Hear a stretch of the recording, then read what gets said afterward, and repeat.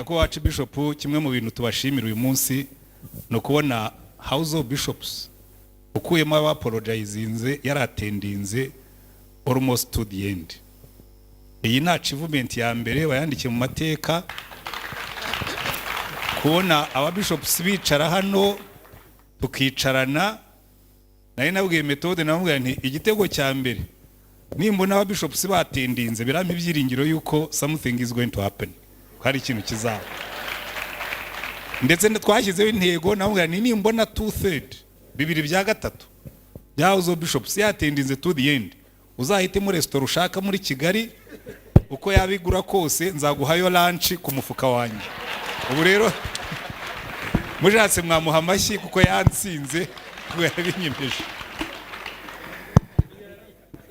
Ubwo igitego cya mbere kinjiye, ariko nagira ngo mbashimire ubwo mu yandi magambo kuko zimwe muri doubts zari zihari. Reka tujye tubwirana ukuri. Twagiye tugira retreats z'abapastori ariko ukabona ntabwo duhuje ngo twicarane, kandi buriya mu bintu bya leadership urabona amaranka yicayemo hariya yose abantu bambaye kola, this is power. Ariko biba power iyo force zose ziri kumwe.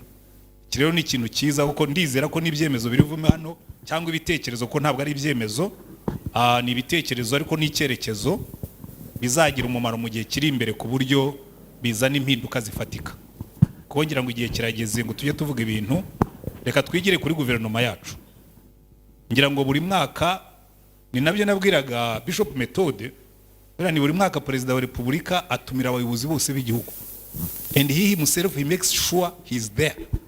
Habwa sibo n'abandi bose nta n'utwara imodoka ye, baragenda bose bakabayo bakabikora bagafata imyanzuro, barangiza bakazareba ko iyo myanzuro yashyizwe mu bikorwa.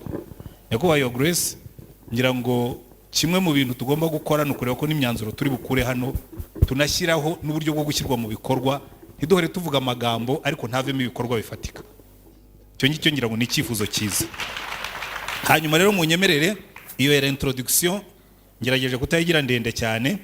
Hanyuma ibibazo mwanditse n'ibyifuzo hari ekipe yabishyize hamwe, ariko mbere yuko tubijyaho ndagira ngo mbanze mbaze aba banyakubahwa bicaye imbere yanjye. Buri muntu wese aravuga ikibazo cya mbere. Iki giterane ikintu kimwe Imana yabwiye Salomo ngo nsaba ikintu kimwe nkiguye. Ikintu kimwe ukuyemo hano uvuga ngo iki ni ikintu gikwiye gushyirwa mu bikorwa kugira ngo impinduka zize mu itorero Anglikani. Abandika mutangire mwandike icyo buri wese ari buvuge.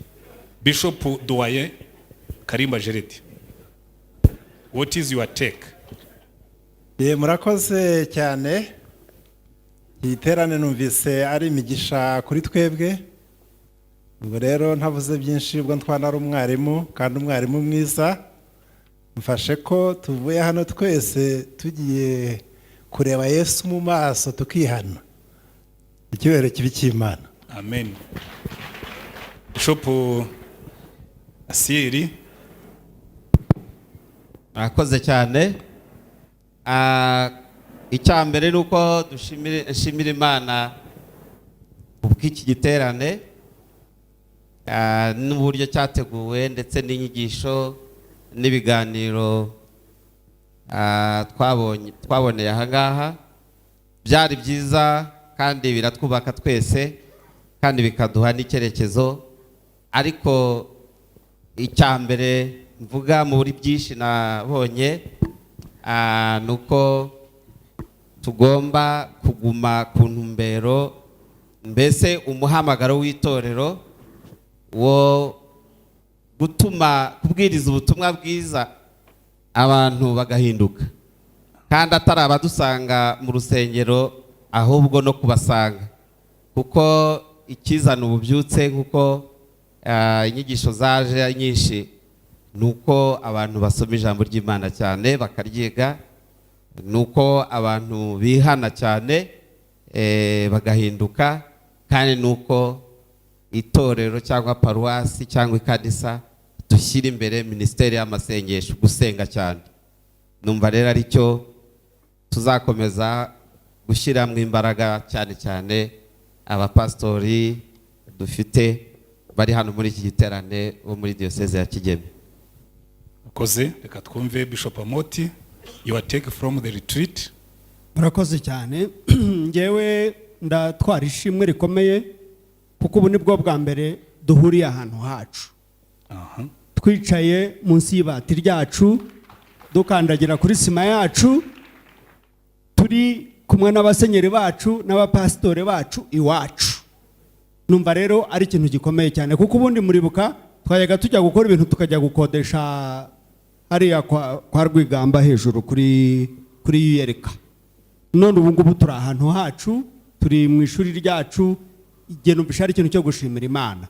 Ahubwo ntwaye ideni ryo kugira ngo dusengere abantu badukorera ibintu nk'ibi ngibi, abari muri iyi mirimo bakora iyi mirimo kugira ngo ishobore gukoreka.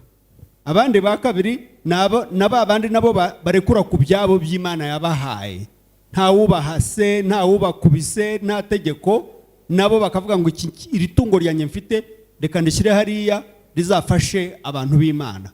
None ngewe nawe tukaba twicaye tumeze neza, nta zuba, nta mvura yatunyagiye, dufite aho twugama, ntwaye gushima Imana, kandi numva twese gikwiriye kuba ikintu cyo gushimira Imana ko duhuriye ahantu hacu iwacu. Murakoze. Murakoze, reka twumve Bishop Ntazinda, your take. No gushima Imana kuko buryo n'igiterane cyacu n'indege yagitashye. Murabibona, ubundi se twajyaga tuyibona yagitashye, ariko icyo gihe nshimira Imana cyane.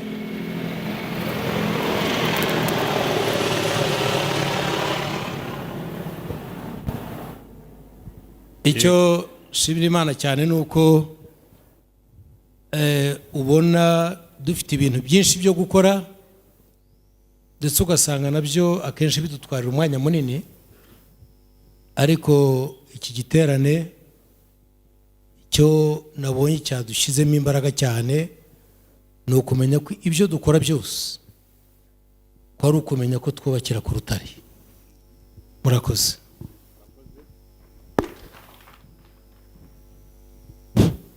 Reka noneho twinjire mu bibazo byatanzwe n'abari muri public, ntihasigare iminota nanjye ndaza kubabaza ibyanjye. Icya mbere reka duhere ku kibazo kijyanye n'imibereho y'abapasitoro. Kirimo ibibazo, kirimo n'ibyifuzo. Ikibazo cya mbere reka nkibaze, nzajya nkibaza Bishop umwe hanyuma abandi baze kumwunganira. Ikibazo cya mbere ndakibaza Bishop Doyen kuko bwamazemo imyaka myinshi, azimo byinshi. Ikibazo cya mbere kiravuga ngo ni iyihe mpamvu abapastori bahindurwa? Kuki mwimura abapastori mukabahindura? Ndabona dina kibitekereza, reka jewe mufashe vuba vuba. Ari impamvu nk'eshatu zituma duhindura abapastori. Nimfuza rwose ko abantu bakumva. Impamvu ya mbere, hari ubwo twimura pastori kugira ngo church, itorero, kugira ngo itorero cyangwa paruwasi cyangwa ikanisa kugira ngo utamwica. Iyo si impamvu ya mbere ra? Sobanura neza. Kugira ngo itamwica, hari ubwo usanga pastor ahanganye n'abakirisitu. Yego. Bari aho ngaho. Ugasanga ahanganye na mukuru w'abakirisitu. Ugasanga ntazahatura. Bakakubwira bati umupastor reba hangaha ni umurozi. Cya gihe twasanze arimo kuroga. Ubwo mureba hagira amahembe n'ibitega sinzi ibindi bikoko ngo abantu bagira. Ugasanga rero uwo muntu atazaba aho ngaho, kandi afite umuryango, afite abana n'umugore. Ugafata icyemezo cyo kumukiza rero ukamutwara ahandi. Iyo ni impamvu imwe. Indi mpamvu ya kabiri ituma duhindura abapastori, ubwo dinaraza kunyongereraho, ni ukugira ngo umupastori nawe atica urusengero. Yego. Hariho umupastori uza rwose ukabona asa n'uwo batumye kwica no kwangiza no kurimbura no kugira ngo he kugira ikintu kizasigara aho hantu. Agahera ku maturo, yarangiza agashyiraho n'imitumba, ibintu byose bikaba ibyo gupfa. Noneho ukamukura aho hantu kugira ngo ukize rwa rusengero. Ariko nyakubahwa Bishop, ukiri kuri iyo ngingo ndashaka kukubaza ikibazo. Ahubwo aho niho dufite challenge ikomeye. Iyo pastori hano abo twiganye muri iriya ya KTC bariya bigaga mu kinyarwanda twamwitaga pastori w'umuhigi. Tunguka muri paruwase mu minsi mike ukumva induru, kabona abantu barahunze, abandi bagakomereka, abandi bagapfa. Uwo ni umuhigi. Gera no muri paruwase akabanza agacirira abamurondera n'abagira bati none se iyo umuvanye muri paruwase ukamujyana mu yindi ho nta bantu baba bariyo, ni iki kiba cyabaye kugira ngo umujyane muri iyo yindi? Reka ngira ngo icyo mfashe pastori bishop, ngira ngo tuzi ko abantu bafite impano zitandukanye. Yego. Umuntu ashobora kunanirwa i Kigali agashobora Ikibungo, ariko akaba atarakoze ibyo bishop yavuze. oya urumva ari ubwo ashobora kubikora bitewe na condition uwo muntu arimo. Aha.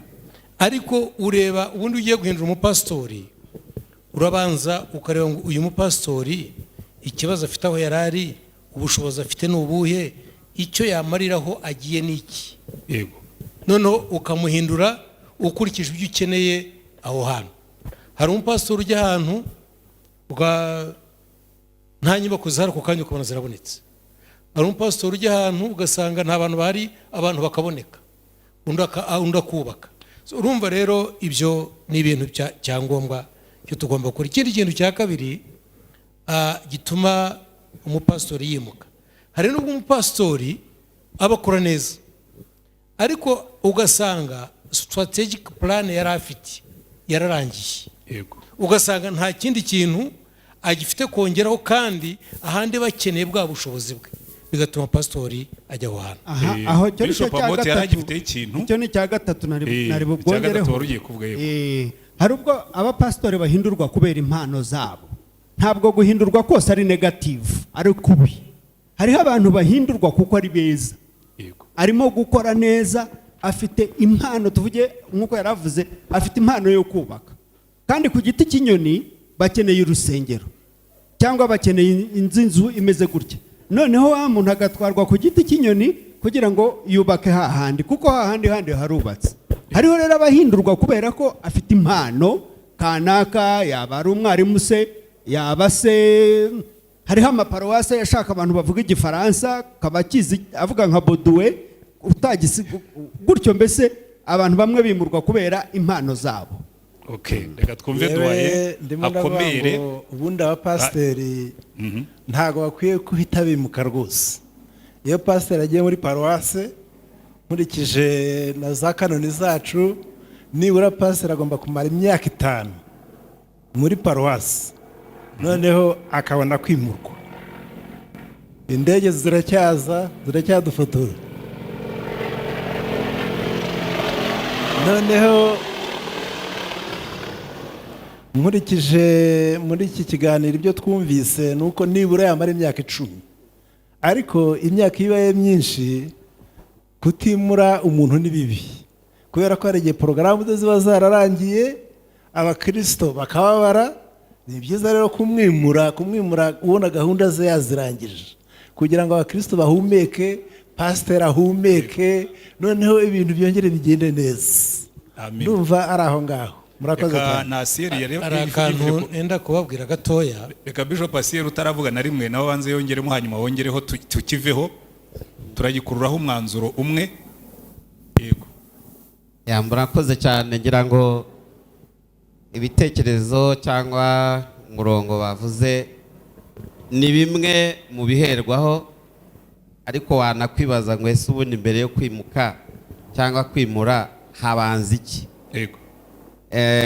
Ku bwanjye nakurikije na experience, nuko muri bya bindi byose bavuze n'ibindi mukangiye kongeraho, byagombye kuba biri gusengerwa kugira ngo mu by'ukuri n'ibikorwa bikorwe mu buryo bwo gukomeza gukuza umurimo cyangwa kuwukiza cyangwa gukiza umupasitoro n'umuryango we bitewe na bya bindi byose bavuze. Ni ngombwa rero ko itegurwa. Hanyuma ikindi mbona muri za mpamvu zose kugira ngo tuzihereho, ku bwanjye ni na ngombwa no kuganira na pasitori. Yego. Ni na ngombwa no kugesura umuryango we, ni na ngombwa no kumwereka ibyo byose tumushyira, ari ukumushyira mu mucyo cyangwa ari ukumuzamura, kugira ngo imikorere ikomeze kugenda neza. Ariko muri Kigeme dufite navuga ngo ni principe cyangwa system, turavuga ngo pastor yagombye kwimuka hagati y'imyaka 8 kugeza ku 10 ari muri paruwasi, kandi ku bwacu twabonye bitanga umusaruro mwiza cyane. Ariko ibyo ntibibuza ko n'uw'amezi 6 n'uw'umwaka ashobora kwimuka kubera bya bindi byose bavuze. Mwakoze. Exactly. Reka twumve Bishop Ntazinda to summarizing iki ngiki. Rwose igihe icyo nenda kuvuga no gusaba pastori kugira ngo kwimuka bajye bakibonaho mu buryo buri positive. Yumve ngo hari icyo bambonyemo kingira mu maro, agenda afite uwo mutwaro wo kugishyira mu bikorwa. Kuko hari ubwo umuntu yangizwa n'abandi. Ikiza Archbishop Rutera Corinne arahari, yigeze kuntuma agacuriro. Noneho icyo gihe nari nimutse Kabeza njya Kimironko, njya kureba aho tuzasengera, kuko urusengero rwacu icyo gihe rwari agahema kakandi ka metero 3 kure 6 twagashyiraga mu muhanda. Noneho nza kujyayo kugira ngo ntazayoba ku cyumweru mparebe. Umuntu twari tujyanye mu modoka arambwira ati ariko aha niho bagutumye nti, ati yagusuzuguye cyane, ati yagusuzuguye, yagutesheje agaciro rwose, numva atari ko bikwiye. Ndamubwira ariko ntabwo yantumye mu rugo iwe, yantumye ku murimo w'Imana. Icyo rero nagira ngo nsaba pastor nuko bamenya ko aho batumwe atari ukumuhima, ahubwo ari ukugira ngo agaragaza umusaruro ugendanye n'ubumenyi n'impano yamuhaye, kuko twamaze gusobanura ko umupastori cyangwa umwepiskopi ari impano Imana itanga kugira ngo ubutumwa bwawe bugere hose. Murakoze cyane. Hari impamvu ya kane ntababwiye, kuko navuze ko impamvu ya kane ni bayita domino effect. Domino effect mu Kinyarwanda ni nkuko wasunika igiti kimwe kikagwira ikindi kikagwisha ibindi. Hari ubwo rero twimura abapastori bakakwimura mu by'ukuri atari wowe wari uwo kwimuka, hari bwimuke kanaka, ariko iyo kanaka avuye hagomba kuba kanaka ujya. Murabyumva ra? Noneho niba kanaka avuye hagomba kujya, noneho tukazana wa wundi, tugatwara wa wundi ugiye, tukazana wa wundi uza, hanyuma hari uvuye udafite umusimbura. Murimo kubyumva ra? Noneho ukaza kubona wa wundi usimbuwe nawe yifuza gusimburwa, noneho domino effect ukaza gusanga bifashe nk'abantu 30, kandi ubundi umuntu wari bari 2 gusa. Yego. Katwumve duwaye. Uko mu rusya komane ngasire nuko ibaza impamvu nyine turimo kuvuga ikintu cyo kwimuka, kuko mu Anglikane nagiye mbona hari avango, hari paruwase nziza hakaba na paruwase mbi, ndetse twageraga tuvuga ngo iriya paruwase bamujyanye ngo Nedeni, undi ngo bamujyanye ku Ibuye, ariko tukibera ko amabuye bakujyanyemo ushobora kuyagurisha amafaranga ukabona amahumbi menshi kuruta Edeni. Ubu rero aha ngaha nduba twavuga ngo ahantu Imana gutumye aho ngaho ni heza cyane. Murakoze cyane. Murakoze banyakwa bishops. Ngira ngo ejo nigeze guhagurutsa abanyeshuri bize hano. Ubundi hano hari principe tugira abize hano, ariko muri iriya programu yindi iyi ngiyi ya bachelors sinzi uburyo tuzabishyiramo. Archbishop retired Corinne arashaka kubaza ikibazo. Iyi ni inkongoro yanjye. Nagiye muri Australia ndababwira ni ndashaka abamisiyoneri, mbese ngo iwanyu ngo hari umutekano, ntimuzabaze Yesu niba yarabajije se amwohereza mu isi niba hari umutekano.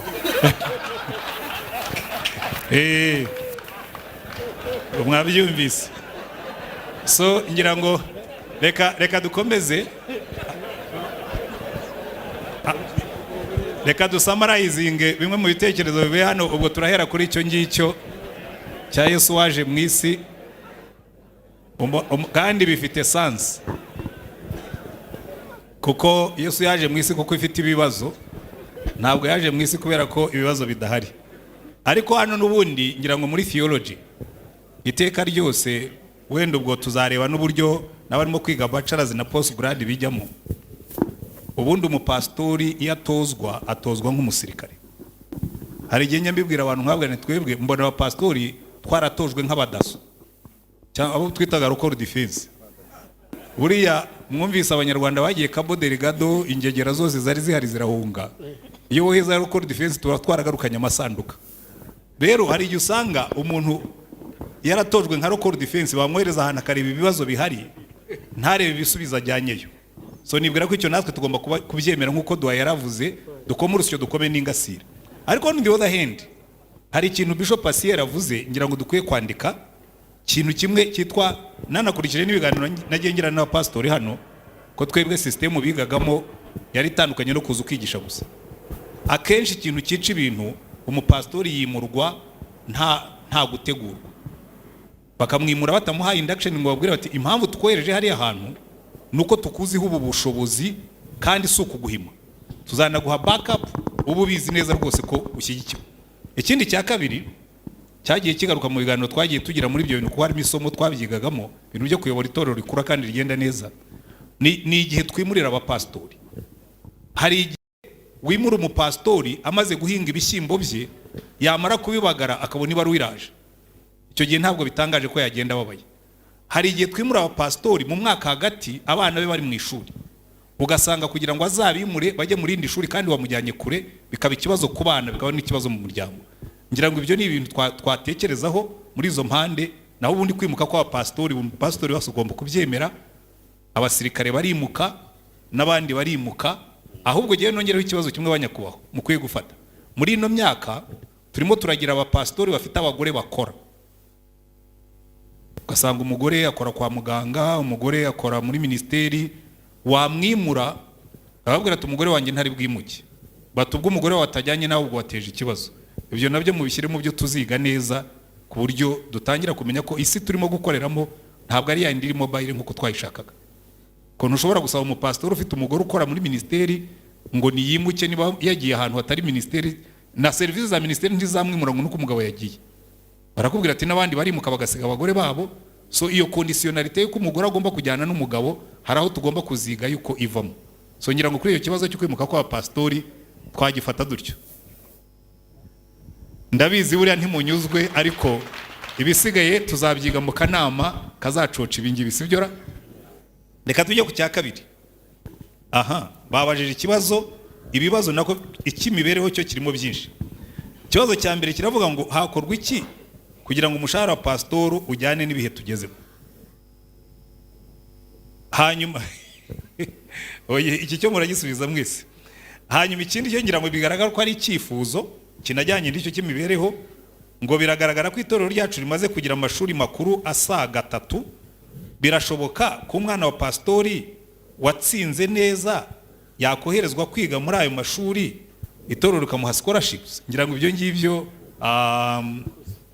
Hanika yaragikemuye, ariko ubwo n'abandi ngira ngo byazashyirwa mu cyifuzo cyakwigwaho, wenda niyo atabona full scholarship ariko akabona preferential treatment, ariko ubwo muraza kubidusubizaho. Hanyuma n'iki cya kane gikurikiyeho kijyanye n'ibyo, ngo birashoboka ko umuntu ukora kandi kazi ariko akaba afite umuhamagaro yarobanurirwa kuba umupastori. Reka duhere kuri Duwaye abanza dusubize kuri ibyo ngibyo, hanyuma hereze n'abandi bamwunganire, kandi n'abandi ba bishops bari inyuma ushobora kujya musingira microphone mukongeraho, kubera ko turimo turiga. Kandi nibwire yuko komisiyo irimo gufata commentaire, kuko turizera ko nyuma yaha tuzakuramo recommandation ndetse tukazihana za timelines z'uburyo bizagenderwaho. Nyakubahwa Duwaye, ikibazo ni cyawe n'abandi ba bishops. Imibereho ya pastoro, ubundi pasteri ni umwami bagomba kubaho cyami kandi akaba umugaragu, akabaho nk'abagaragu. Ikibazo rero gihari ni uko ibaza pasteri yabaho ate, yabeshwaho nandi. Icya mbere no kureba abakristo bawe, kuko muri experience nta kindi cyabeshaho pasteri usibye kuvuga ubutumwa abantu bagakizwa. Kubera gukizwa umufuka w'umukristo akawuzamura inota akazivanamo akazizana, pasiteri agashobora kubaho.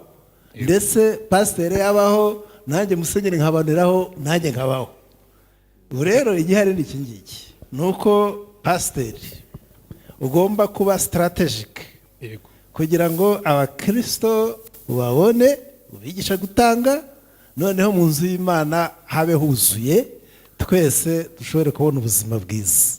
Icyo rero muri Anglikani ikintu bita 1/10 nitukigisha neza, byanze bikuze ndabizi, abantu bakijijwe neza bagatanga 1/10, pasiteri azabaho neza ndetse neza cyane, abandi baranyuzuza ubwo ngubwo.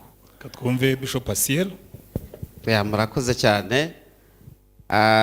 Genda gira ngo ngisubize par experience, kuko natwe amaparuwasi twarayayoboye kandi twanavuye no mu mirimo yanaduhembaga, turaza bamwe bakabona ko tugiye kwiyica kuko tugiye mu gipasitoro kidahemba, hanyuma ariko uyu muhamagaro uhari uba wamaze kumva neza ko Imana ubwanyo itaguhamagariye kukwica, iguhamagariye kugukiza.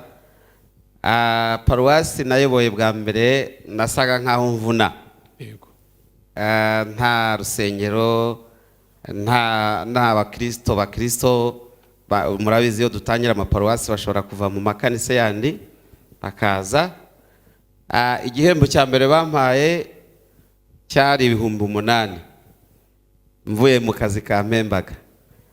Hanyuma ariko sinarambiwe, sinacitse intege, twarakoze, hagenda haza impinduka nyinshi cyane, ngira ngo nayivuyemo tugeze hagati ya 250 na 300 ibihumbi.